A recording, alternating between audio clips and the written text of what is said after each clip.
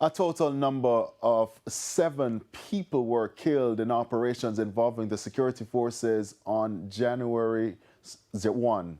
In the latest incident on New Year's Day, 3 men were cut down in an alleged confrontation with the police in Cornwall Mountain District, Westmoreland. Details in this report.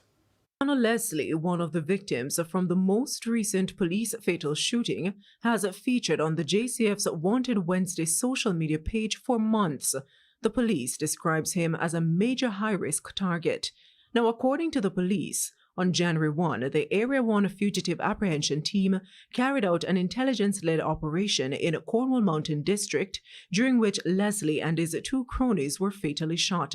The identities of the 2 other dead men are not yet known.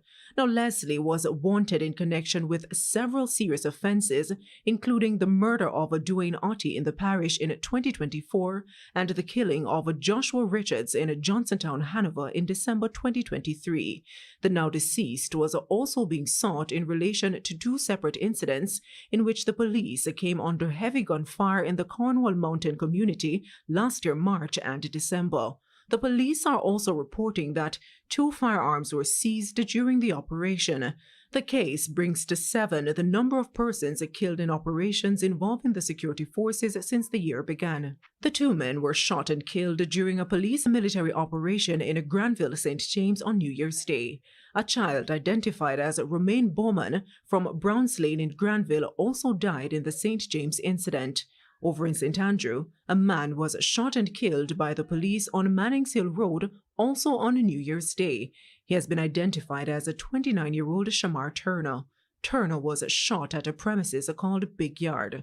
And a 44-year-old Coral Wint, otherwise called Damien, an electrician of Ashoka Road, Kingston 11, was shot dead during a reported confrontation between armed men and members of the St. Andrew South Police Division. The police say they seized an illegal gun at the scene.